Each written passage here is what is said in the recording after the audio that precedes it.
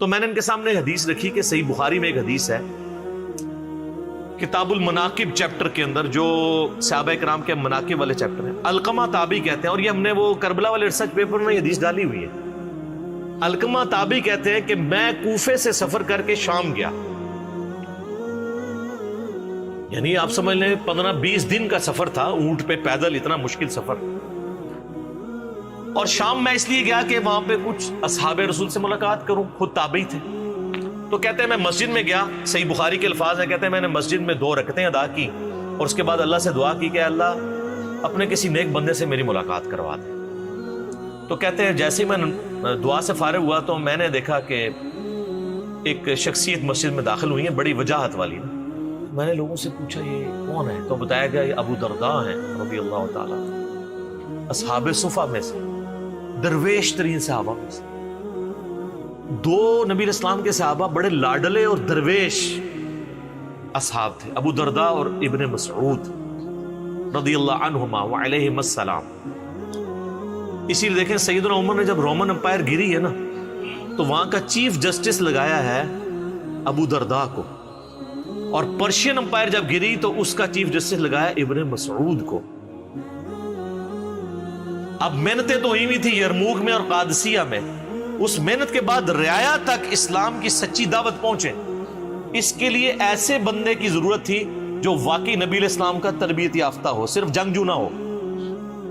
تو وہ پھر ابو درداء اور ابن مسعود ہی ہو سکتے تھے، جو نبی علیہ السلام کے ساتھ وقف تھے، مسجد میں ہی رہتے تھے، آپ سے تعلیم حاصل کرتے تھے۔ تو انہوں نے کہا حضرت میں نے تو ابھی بھی اللہ سے دعا کی تھی کہ کسی نیک بندے سے ملاقات ہو، میری دعا قبول ہو گئی، ابو درداء سے میری ملاقات ہو رہی ہے۔ تو آپ دیکھیں آج کل آپ کسی پیر کو، بڑے بندے کو جا کے ملیں اور اس کو بتائیں کہ جی میری بڑی خواہش تھی، تو جناب وہ آسمان پہ اڑنا شروع کر دیتا ہے، الا ماشاء ان الا ماشاء اللہ میں بھی مسکین شامل ہوں۔ مجھے صرف اس لیے خوشی ہوتی ہے اللہ کے لیے کوئی ہے، ادروائز مجھے میری طبیعت پہ کوئی فرق نہیں پڑتا، اس لیے کہ ہم بڑی کاز کے لیے کام کر رہے ہوتے۔ تو ابو درداء رضی اللہ تعالیٰ نے فرمایا کدھر سے آئے ہو؟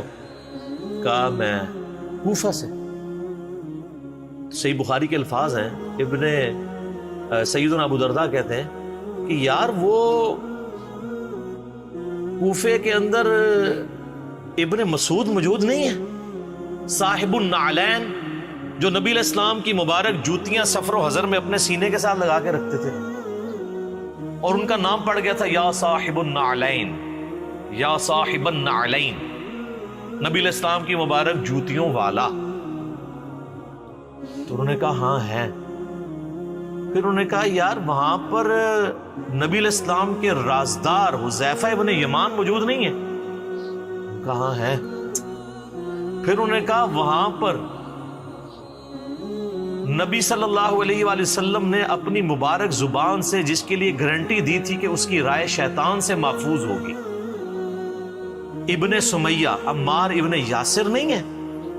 ان کا ہاں ہے۔ تو انہوں نے کہا تم اتنی دور سے اتنے 3 بڑے بندوں کو چھوڑ کے شام میں کیا لینے آئے ہو؟ ہائے ہائے۔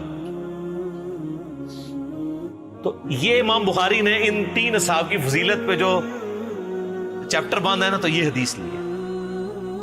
ابو درداء جن کی تعریف کر رہے ہیں کہ نبی علیہ السلام کے سفر و حضر میں جوتیاں اٹھانے والے صاحب النعلین ابن مسعود، اور بخاری میں یہ بھی حدیث موجود ہے کہ نبی علیہ السلام کی سنت پہ سب سے زیادہ عمل کرنے والے جو صحابی تھے نا، وہ ابن مسعود تھے رضی اللہ تعالیٰ عنہ۔ صحابہ میں یہ چیز ایگریڈ تھی، اور بخاری مسلم میں حدیث ہے 4 بندوں سے قرآن سیکھو، ان میں سے ایک ابن مسعود ہے۔ اور بخاری میں حدیث ہے ابن مسعود کہتے ہیں اگر میں جانتا ہوتا مجھ سے زیادہ کوئی قرآن جانتا ہے نا، میں اونٹوں کے جگر جلا کے سفر کرتا اور اس سے جا کے قرآن سیکھتا۔ میں نے 80 صورتیں نبی علیہ السلام کے پیچھے نماز میں کھڑے ہو کے یاد کی ہیں، ڈائریکٹ آپ علیہ السلام کی تلاوت سن کے۔ اچھا یہ کوئی تکبرانہ ان کے الفاظ نہیں تھے، ان کو یہ تھا کہ یار میں نے ایفرٹ پٹ کی ہے اس کام کے لیے۔ آج کل یوٹیوب پہ کلپ آتا تو ان کا نا میں کرتا ہے۔ میری باتوں سے کئی لوگوں کو جواب مل گیا ہوگا، سر جس نے ایفرٹ پٹ کی وہ بتانا چاہتا ہے، اور اس سے آپ سے کوئی اجر نہیں مانگتا، چندہ نہیں مانگتا، کھال نہیں مانگتا قربانی کی، نہ آپ کی کھال مانگتا ہے۔ تو ابن مسعود رضی اللہ تعالیٰ عنہ اور دوسرا حذیفہ ابن یمان کو آپ علیہ السلام نے 12 منافقوں کے نام بتا دیے تھے جو انہوں نے آگے نہیں بتایا، اس لیے میں بھی آپ کو نہیں بتا سکتا۔ وہ جو صحیح مسلم میں ہے کہ ان کو دوبیلا پھوڑا نکلے گا، بس اتنا ہی۔ اور تیسرا بندہ کہا کہ شیطان سے اس کی رائے محفوظ ہوگی، عمار ابن یاسر۔